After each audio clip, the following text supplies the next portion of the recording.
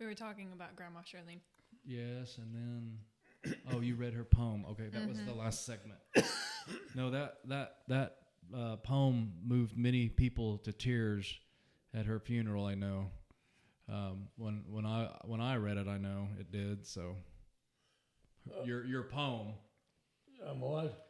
Your poem. Your poem that you wrote for Grandma. Poem? Yeah. You mean the letter? She read? Yeah. Okay, have you got that on? Yeah, we got it. Oh, you did? Okay. Yeah. Okay, girls. I was going to. There was Grandpa. What do you want to talk about? Anything else? There was some other question that I was going to ask you about. Well,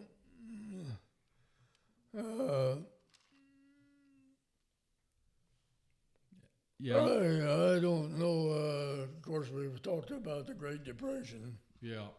And I remember driving up with you, and I had never heard this story, but you were telling about how, was it your granddad that was in the land run? Oh, yeah, all right. And he, didn't he get in an altercation with somebody? Yeah.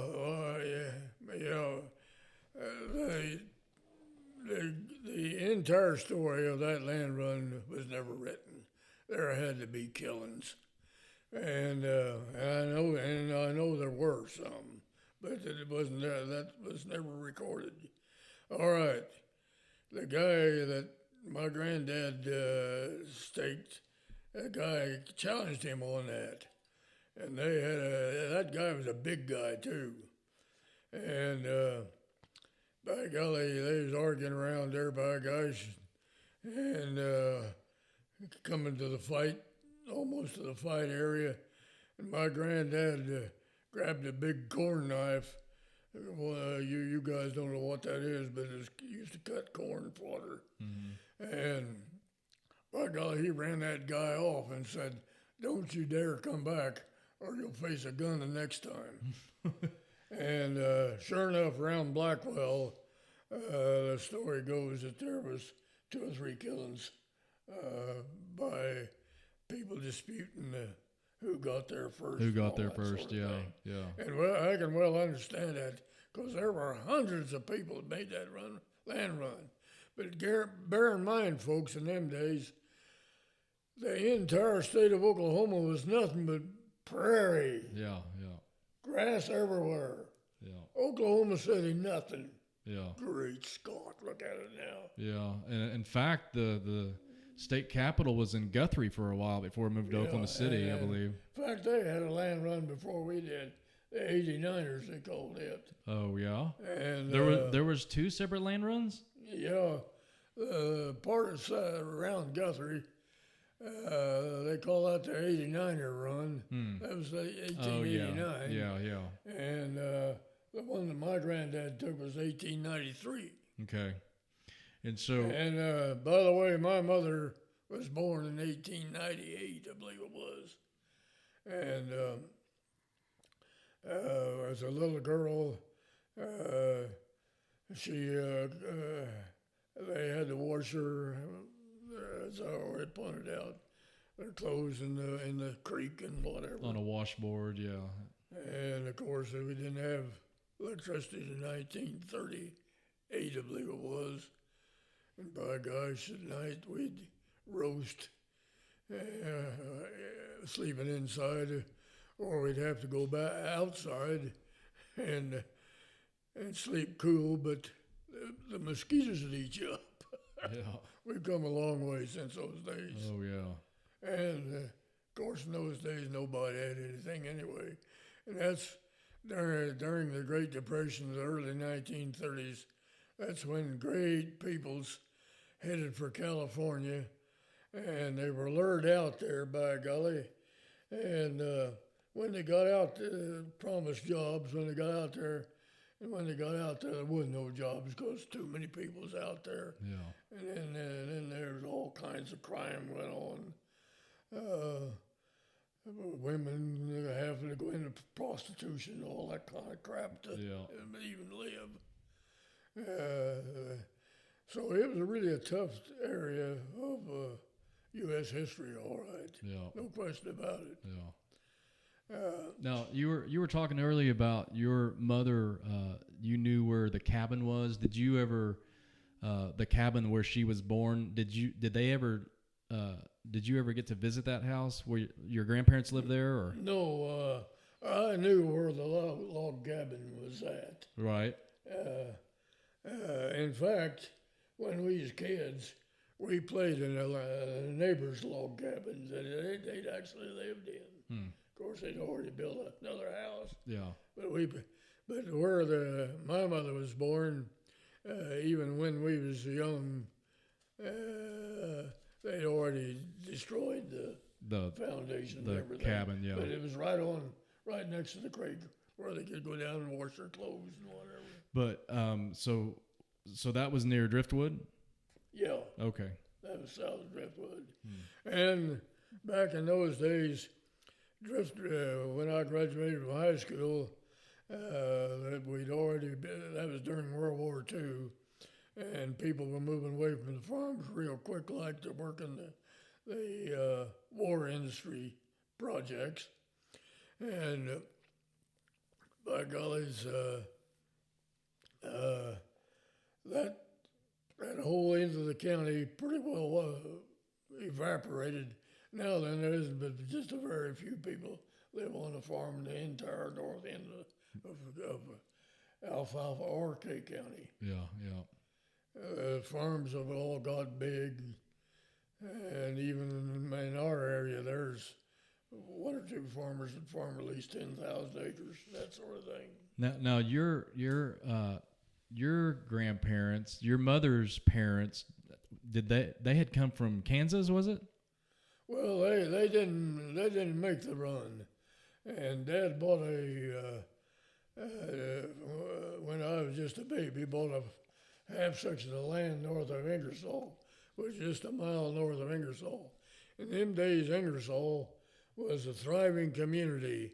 It had two or three grocery stores. Oh wow! And other variety stores and whatever, and livery stables and whatever, and it competed with Cherokee for the county seat, and it lost out to Cherokee to the county seat, and then the Great Depression come along, and I mean that town just burned up. I think them people must have had insurance on their houses. It just burned up. Now there is nothing there except one little cafe, and one time it was a thriving community. But anyway, my grandmother died lived a mile north of Ingersoll on Dad's side, died in 1936. She never did have a car. Your dad's mother? Yeah. Okay. And she always rode it was only a mile of town to get her groceries. She always had a buggy, and a horse pulled the buggy. And that old horse was a tame old horse, because my grandmother's a frail little woman anyway. And by golly, that horse, there was a railroad track halfway between my grandmother's home and Ingersoll. And that horse would go up that railroad track, and then he just flat turn around and go back home. She couldn't get him to go on to Ingersoll. And by golly, Dad worked that old horse over one time. I mean, really give him a whipping. And from then on, that old horse took her to Ingersoll. And I remember riding in my grandmother's buggy, by golly, on the back end, and we'd hop out, and we'd pull ourselves along and stuff like that. Yeah. Like kids do. Yeah. Yeah. Now, did you know, so that was your dad's parents. Yeah. Did you know your mom's parents very well, or? I knew my mother's dad and mother, but they died shortly when I was young. When you were younger. And on Dad's side, his dad was gone before I was born. Oh, okay. I never did know him. Wow. but people lived quite frugally. I mean, simply in them days, by gosh. Yeah. And in them days, we didn't have refrigeration or nothing. And in the fall, we'd kill some hogs, and we'd put Morton's salt over after we cut the meat up, Morton's salt over that, over Salted, the yeah. meat. And then we'd store it in what they call it wasn't the outhouse, it was It wasn't a smokehouse. Smokehouse. Okay. Yeah.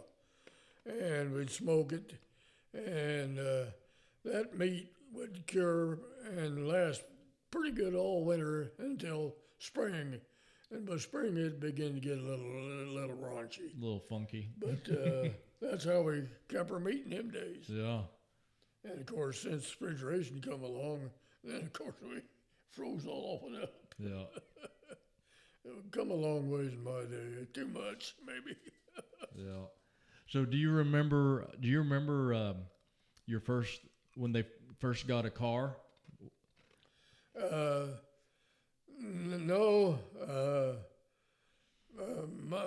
I don't remember when they first did, but I remember by gosh, over there when we lived south of Burlington, Dad took a load of hogs to Wichita.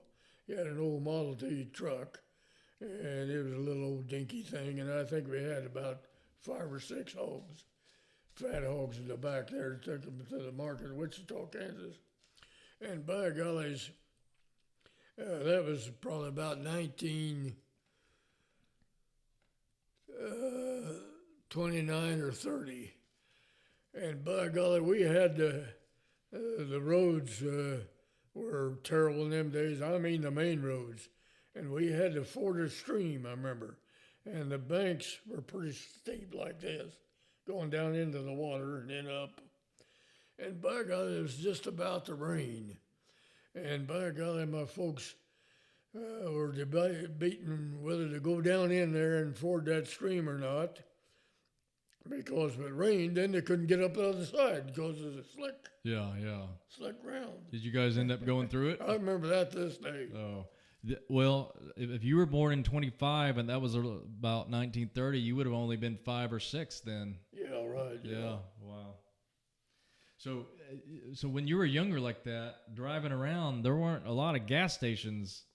No, and those that were, there was usually a gas station or two in them little towns, like even Driftwood.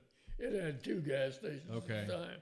But them pumps, you had to pump it like this from an underground tank into the tank, and the tank itself had digits along, and you fill it up to this digit is 2 gallons. Yeah. Next digit 3 gallons, so forth. Yeah.